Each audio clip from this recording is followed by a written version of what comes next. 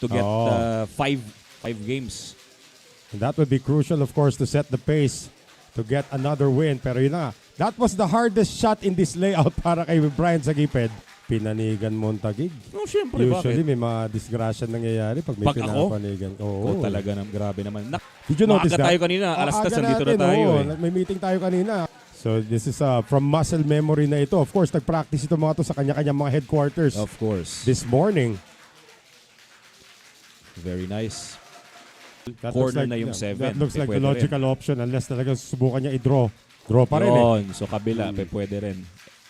Selected today. Ang daming pwedeng pagpilian. Actually, ang iniisip nga ng marami, Manila MSW Mavericks, akala ko si Demosthenes Pulpul of this competition as Brian Sagiped puts it down.